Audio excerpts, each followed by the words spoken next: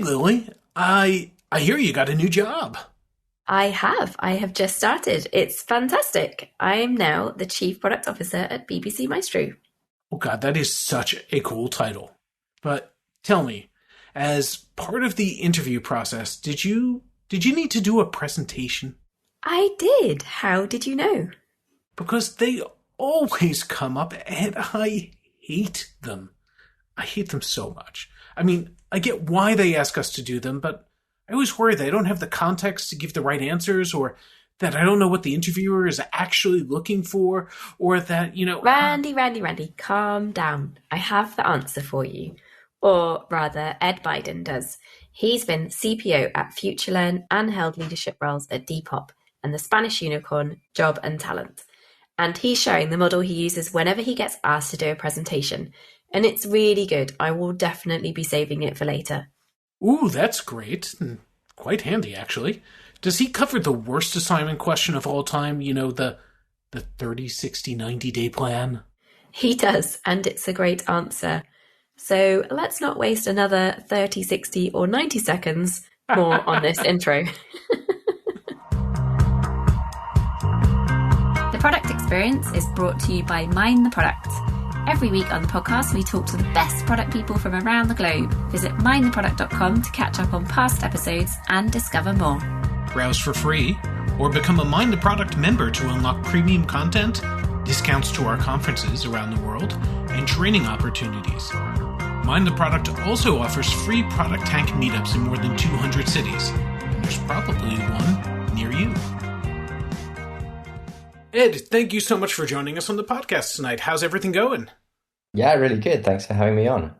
So for people who don't already know you, can you just give us a quick intro? So tell us, how did you get into product and what are you up to these days? Yeah, absolutely. So I've been doing product management for about 12 years now. I started out in the games industry, building social and mobile games. And then about 5 or 6 years ago, I pivoted into building community products and marketplaces. I led the product team at Depop. I became CPO at Future Learn, the EdTech marketplace. And at the beginning of this year, I was SVP of product at Job and Talent, which is a Spanish unicorn. And then just a few weeks ago, I launched Hustle Badger, which is my own company designed to give PMs the skills they need to succeed. So what we do is we interview experts, and then we create very detailed how-to guides, templates, and case studies for people to use in their day-to-day jobs. Excellent. So as you're changing jobs, there's something that comes up again and again, which is what we wanted to talk to you about tonight.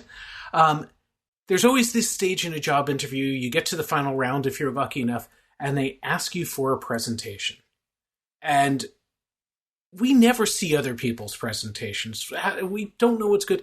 And there's so many challenges because you're coming in with not, they're giving you this assignment of tell us how to do our strategy or tell us how to solve this problem. But you don't have nearly as much information about their customers and the problem as they do. So given all that, why do we ask people to do presentations in the first place? Yeah, I think this is a great question. And for me, part of the answer is, when you're interviewing someone, you're basically trying to work out whether they are suitable for the job. And in a limited period of time, the kinds of tasks and questions you can ask someone, like none of those techniques have a particularly high correlation with how they'll perform in the job. So the studies I've seen suggest that even the best interview techniques on their own have a correlation of 0.3 to 0.4 with role performance. And given that, actually the fact that presentations then aren't that good is, it's in the context of nothing is that good. And presentations are still giving you some of the things that you need. So as a product leader, communication, strategic thinking, these are core skills. And you get a read on that when you ask someone to do a presentation. And then also, depending on the topics that you ask someone, you open up the conversation to kind of dive deep into their experience and see how they think about different problems. And that gives you a lot of kind of signals about whether they're going to be able to execute in the role. So it's not perfect, but it's kind of something. Okay, so before we dive into what makes a good presentation and how to do this, how to ace it, just to be clear, the job to be done with this is not necessarily to get the answer right, but it's to explain how you think critically about things, how you approach things, how you'd work with other people. Is that really what you're trying to get across? Yeah, absolutely. And I think that's a really nice way of phrasing it. Like, what is the job to be done? Because it's absolutely not to just answer the task. And sometimes companies aren't very good at asking good tasks. People don't hire to fill roles, they hire to solve problems. And so you need to show that you're a solution to the problem that they have. And that generally means that you can show that you have the experience, the credibility, the know-how to do whatever they need to do. And so if they haven't asked a very good task that allows you to demonstrate all of those things, then my advice would be to really bend the kind of the brief as much as is reasonable to cover the areas that you think you need to talk about. So if we have to put one of these decks together for a job interview, where do we start in order to really make sure that we do a very good job?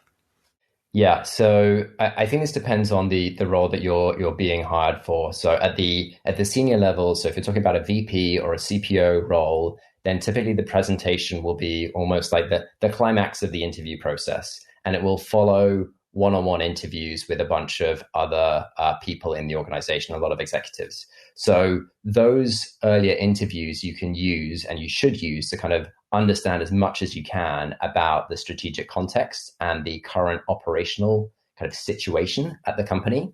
And that you can then feed into your answer about the deck. If you're going in for more like a group PM role or just a PM role, then you'll be given a bit more guidance, and you should probably stick to a bit more like, what are they've probably got like a very specific role in mind that they want you to do. Whereas for a leader, I think they often don't really know what good is. And part of your job is showing them, hey, this is what a good CPO looks like and can do. So if you're trying to pitch it at the right level, depending on the job role that you're going for, let's just ignore the dog in the background. Are you really doing this as a presentation, or is there an opportunity in this process to make it more of a discussion and kind of ask questions about the kind of topics that you're covering as part of the presentation, so that you're learning about the business as well as presenting to them your kind of assumptions and thoughts and ideas? Yeah, I think these presentations are almost always framed as discussions, and yet almost always run as pretty much as presentations.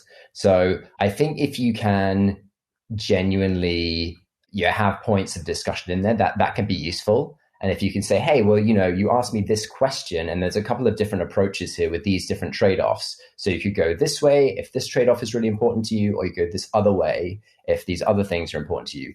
That can be really powerful because it shows that you can be flexible to the approach of the company. But ultimately, I think the audience for these kinds of tasks, they want to see what you can do. They don't want to be kind of giving you all the answers or wasting too much time just kind of like talking about things at a fairly superficial level. So I would try and make it somewhat interactive, but you need to show that you've got a lot of depth there. You can't just go in and be like, let me ask you a question. And it was something we should have mentioned at the top, and we'll mention it now. You've put together a deck that you did for an actual job, whether you shared that actual deck or a sanitized version, so we won't mention the specific job at this point, but you are sharing that on Hustle Badger, so anyone who's interested, you can see Ed's approach to this. One of the things I saw in the deck was you marked some slides with hypothesis and some with discussion. Talk a little bit about why you did that. What's the purpose for that? Yeah, and I think typically, again, for these very senior, like product leader, kind of VP, CPO level roles, what I've seen is that almost always people are asking the same questions, which is, what do you think our strategy is, or how would you frame our strategy, and then how would you execute on it? And usually that has an emphasis on what would the team look like, or how would you structure the team. So putting hypothesis or for discussion on some of the slides, like particularly the strategy slides, then allows you to kind of have some leeway, because you'll have picked up some things from those earlier interviews like I was speaking about, and you'll be able to kind of infer some stuff from what's out in the public. But there'll still be some pretty big unknowns there, and you're going to be doing this in a limited amount of time. So your strategy is always going to have a huge amount of assumptions in there, and that's worth flagging. And then on the team side, whilst the kind of basic structure is always pretty much the same, there's always some kind of trade-offs about, well, what exactly does engineering think their kind of role is? Where does data sit? Is that part of product or part of engineering or somewhere else? And who else is involved in the organization? And so being aware of those dynamics and kind of flagging that there's some flexibility there also shows that you're a good team player and can work with the other people and the kind of culture that's in place.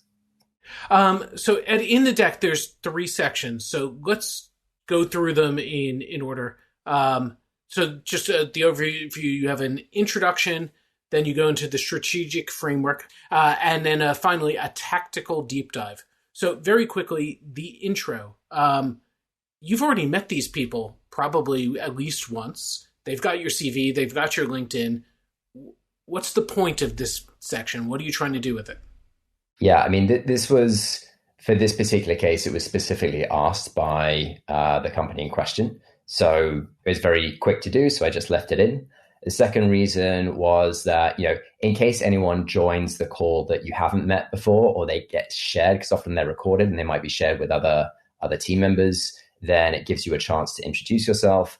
And thirdly, it's just that extra kind of opportunity to really emphasize the aspects of your experience that make you the perfect match for the role. I think like positioning yourself really is like, hey, I was born to do this and I've been training for 10 years in all these other companies just to kind of help you out is very powerful for people. And how about the strategic framework? What does that entail? Because I guess this is more probably for those senior roles rather than the sort of mid-weight to junior. Yeah. So I like to say something about firstly just setting the scene and say like, hey, I can talk a little bit about strategy, but obviously, this is going to be a fairly high level approach to this. And I typically mention, like to create a strategy, there's going to be analysis. You're going to do some qualitative research. You're going to do some quantitative research. You're going to speak to a bunch of people to get their buy-in and to kind of bounce your ideas off. And then you're going to pull it all together into the final thing. And then like that's, 1 or 2 slides just to kind of like talk through my approach and to give them the confidence that I'm not just going to write this all on my own and then kind of like slap it on the organization. I'm actually going to do this collaboratively with the people there. And then I like to run through what I think is, should be in a good strategy. So that has a number of elements and then leads into the execution bit. But basically for me, a good strategy covers the mission, the vision, who are the users and what are their needs? What are the powers of the company? And by that, I mean, what are the sources of sustainable competitive advantage? And therefore, what are the strategic pillars of the strategy? Like, where are you going to focus and why? And then you can flesh that out a bit with some examples. But then typically for each of your pillars, you'll have a team or a tribe, and that then leads you on to execution and questions about how to structure the team and other things you'll want to cover later on. So you'll have a kind of, this is how I approach strategy part, but then you will actually include some like assumptions around what those strategic pillars might be for the business based on previous conversations and what you've learned about the business in the rest of the interviews. Yeah. And honestly, I think, the mission is probably publicly available. You've been told about it. The vision is typically you can come up with something based on the conversations that you've had and what you know about the business.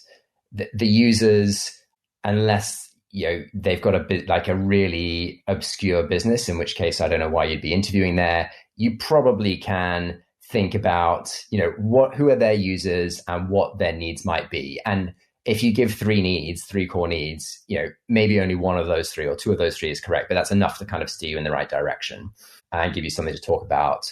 The powers is always relative to different categories of competitors. So usually against incumbents, against challengers, and maybe there's 1 or 2 specific competitors. So that's again something you can typically get a read on externally. And then the pillars will kind of flow out of that. And you'll probably have a blind spot about what is the state of the internal tech architecture or capabilities or something, but it'll be good enough that you can start a conversation on that. And I'd actually say, like, even if this was day one of you doing the job rather than sort of the last day of you not doing the job, then having that kind of straw man as a starter for the strategy is so valuable for focusing on where you should do your research and what are the conversations you should have. It's much better than starting with a blank sheet of paper. How much time would you spend on this entire document before we go into the final section? Yeah, it's a great question. I think so. This one is, I think it's about 25 slides, and I think I spent maybe 6 or 8 hours on this. Now, I should also say, so it's about a day's work, which, maybe it's like a couple of evenings or something. Because I found a lot of these tasks are so similar, then actually every time I do a new one, effectively I just take my old deck and I create a copy and I change the color scheme to the new company's color scheme. And I kind of like change some of the, the details in the boxes, and I end up with something that I feel pretty good about. And, there's obviously like custom, slides in there, and the thinking is all customized to the particular company. But that's just to say, if you were going to create these 25 slides from scratch, it might take you a little bit longer, but there is a template on Hustle Badger. And have you got every single one of the jobs that you've used this template in? Yeah, I think I have actually. I think at least been offered there them. we go. Excellent. Okay, so let's go through, there's one more section, and then there's a piece that's not there that I'm curious about. So let's go through the tactical deep dive. So what are you trying to do with this part? You've already described the strategy. This is about the execution? Yeah, absolutely. And I think this is kind of becomes a lot more where you get to demonstrate that actually you're not just sort of like an ivory tower thinker or a consultant who can do the thinking, but actually you've got the hands-on experience to get this done. So depending on exactly how the question's been phrased and the conversations you've had, this might focus like more on the process side of things or more on the people side of things, or a combination of both. But here, what I've seen, and also what I've seen of other kind of candidates doing similar interviews, is the best ones really kind of like roll through like, hey, this is how I structure a team. This is what makes a team function. Because when you start having conversations about these are the success criteria for a cross-functional squad, and these are the common modes of failure for, a product organization overall, the points that you cover are, it's not very many words, and it can be applied to any company, but that kind of sets you up for a series of conversations actually in the interview that allow you to demonstrate a huge amount of experience and kind of practical know-how that then gives you a huge amount of credibility. And it's, I say, incredibly often, or like almost always, I've seen that when you start talking about these things, then people will be like, oh yeah, we've got that problem. Oh yeah. And you'd be like, yeah, that's great. You've got that problem. I can solve that problem. I've done it before in my other role. I did this. And so that's kind of part of this job to be done. Like you're proving that you're the solution, not just answering the question. Okay, let me ask about this section I didn't see in your deck, which is something that's come up again and again, which is the 30, 60, 90-day plan, some variety of that.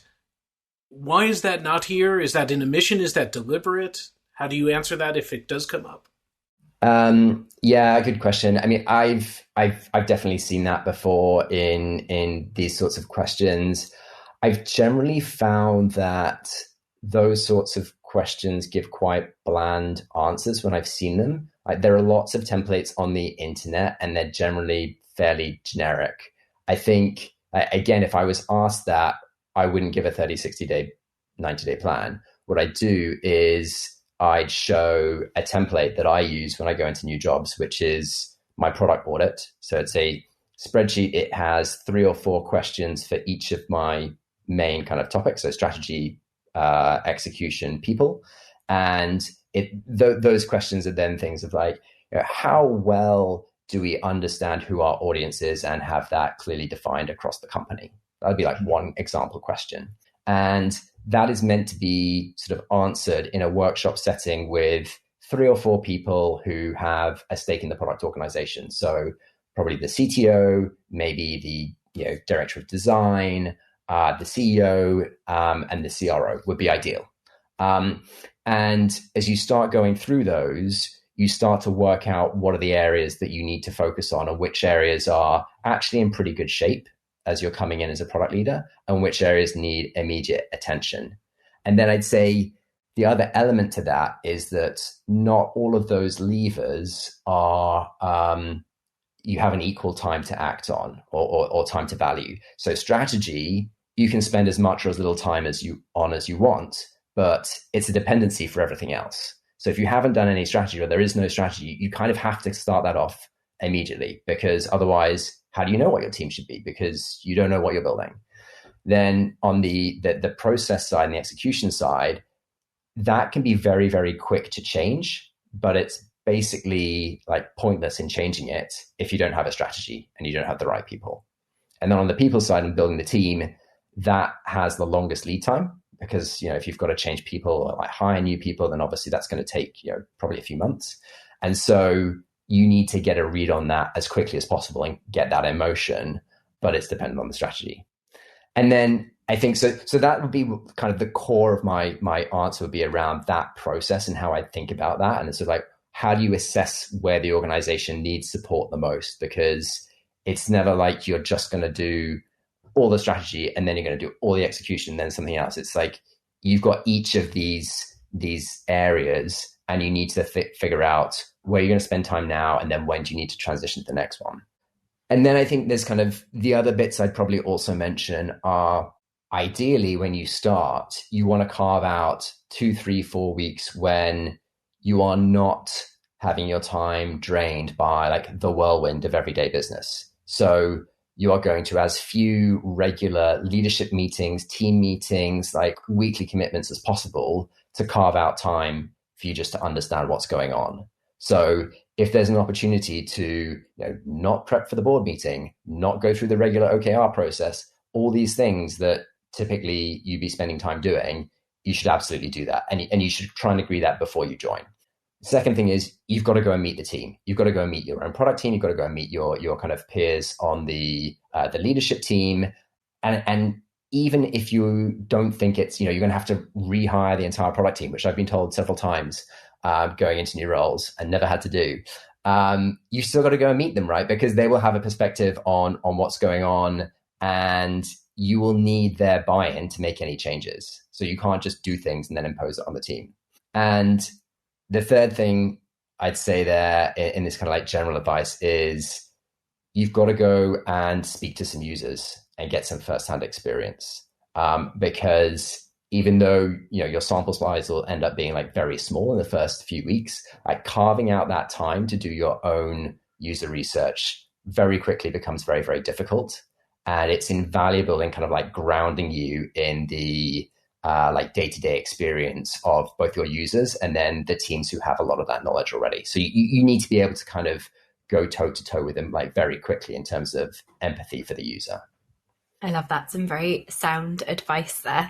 So you talked there as well about, potentially having to rehire your own team or not, so case may be. When you're doing hiring yourself, how do you make use of this kind of task part of the hiring process? And what kind of assignments have you set before?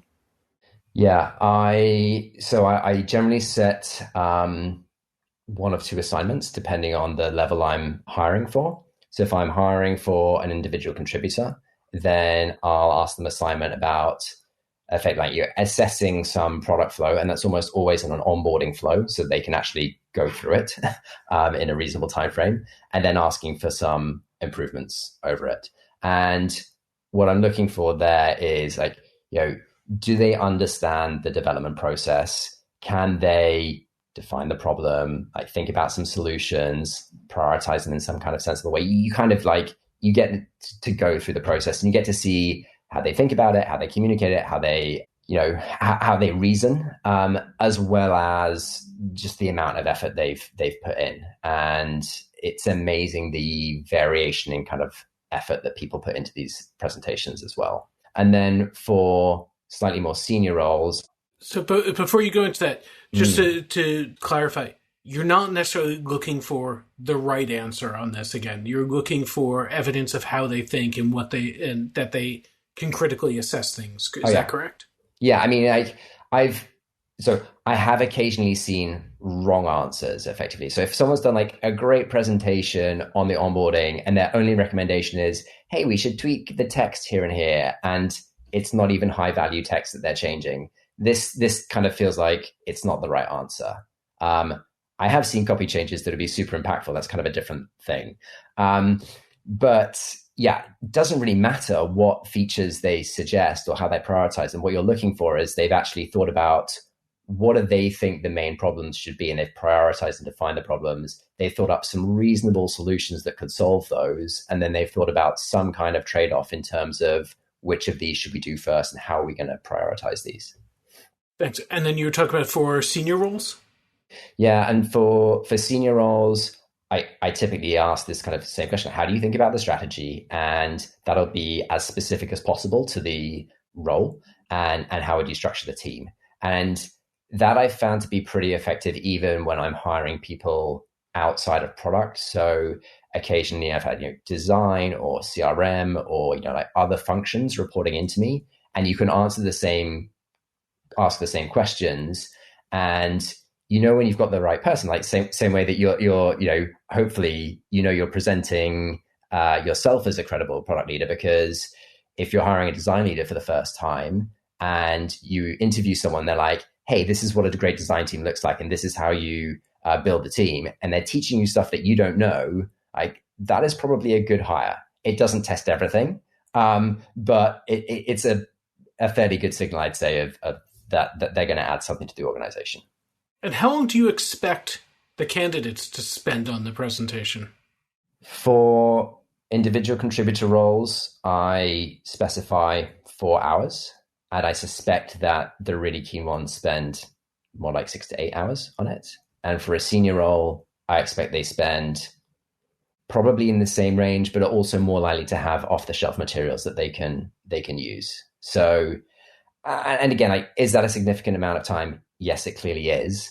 I think that's not unreasonable for someone who you could potentially be working with for years. And this is a big investment on both sides.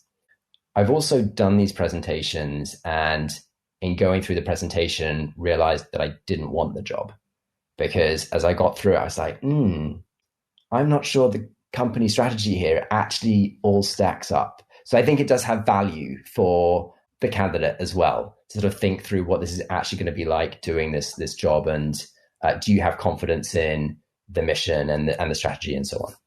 So just thinking about kind of people going through the process of applying for different roles and potentially, having to do a number of different presentations for different businesses, is there any way that you kind of assess the needs of the individual candidate in terms of their capacity to spend that time on the assignment?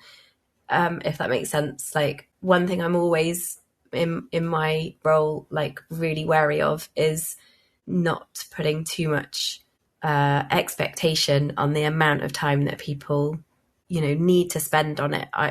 I try and more for 1 to 2 hours rather than sort of 4 to 8, just because, I'm a parent and have a busy schedule with a podcast to do as well. So I kind of, I'm always slightly, just wary, I guess, of asking people to spend too much time on interview tasks, especially when you have a few different candidates and I don't know, there could be up to 10 at this stage, probably not that many, maybe 5.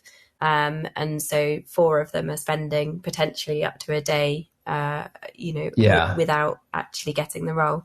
Well, I think by the time people are doing the presentation, they should have a fair shot of getting the role, which means that you shouldn't really set them the presentation unless if they gave you a good enough answer, they performed well enough in it, you were ready to give them the role. And maybe there could be 1 or 2 other people going through that process at the same time, but 4, 5, 10 no way, that's unfair, right? So I think there does need to be some kind of understanding of what are their odds of getting the role, and it should be kind of 30%, 50% type of thing.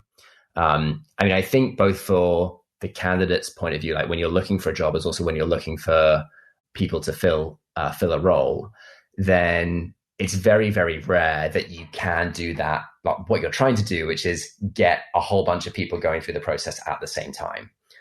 So typically you'll get batches of 2 or 3 people who come along, and maybe 1 to 3 of them will make it to the final round, and you'll put them through the presentation, and then one of them will get the role. Or if not, you'll then go on to like another phase and another batch of people who you've got to go through all the beginning rounds as well. So, and I think the other thing is, I have had candidates who've kind of come into the interview, haven't said anything beforehand, which I think you could absolutely do, but I've turned up and said, I didn't have time to do this, and I've only done like the first couple of pages. And that's actually been totally fine, because even from the first, few bits that they have done, you can start to see how they think, and you can then just talk through the rest of the presentation, say, okay, well, what would you've done next, and what would be on the next? And you can almost just like sketch it up as you go through, and you can see their thought process in the same way. Interesting. Okay, probably not something I would advise, but turning up without having done any of the work. But but I think that's a really important point as a on the kind of side of recruitment, when you're setting the assignments and when you're assessing people, that it's not about comparing different approaches or comparing the output of the assignment with others. It's more about, is the person's response good enough for them to then be hired? Does that make sense? Yeah, absolutely. So you'd only really take your top 1 or 2 people through. And I think, as a hirer, I'm always feel like I'm in the corner of the candidate. Like, I want to make an offer. Like, I want to get my role filled. I want this problem to be solved. And, obviously, I don't want to hire the wrong person. That's not great for me and not great for them. But I want to give them every opportunity to show me themselves at their best. Nice. That was really great, Ed. I think on that note, we should wrap up because we are at time. But thank you so much. It's been really great talking about this part of the process and, of being a product person. A necessary evil, or maybe it's not evil. Maybe some people enjoy applying for jobs. But yeah, a necessary part of the process for sure in developing your product career. Super. Well, again, thank you very much for having me on. It's been a really fun chat. And we should just remind people that the template for this deck is on Hustle Badger. So where do people find that, Ed? I will give you a link to go in the show notes if you have them, or you can go on hustlebadger.com and you'll look in the strategy section. There's a template on how to build a strategy, which is a core part of the presentation, along with all kinds of other useful stuff. Absolutely. Thanks, Ed. Super. Thanks very much.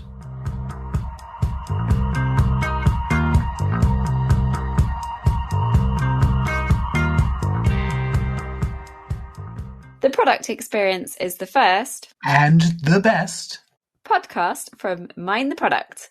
Our hosts are me, Lily Smith, and me, Randy Silver. Lou Ron Pratt is our producer and Luke Smith is our editor. Our theme music is from Hamburg-based band PAU. That's P-A-U. Thanks to Arnie Kittler, who curates both Product Tank and MTP Engage in Hamburg, and who also plays bass in the band, for letting us use their music. You can connect with your local product community via Product Tank, regular free meetups in over 200 cities worldwide. If there's not one near you, maybe you should think about starting one. To find out more, go to mindtheproduct.com/product tank.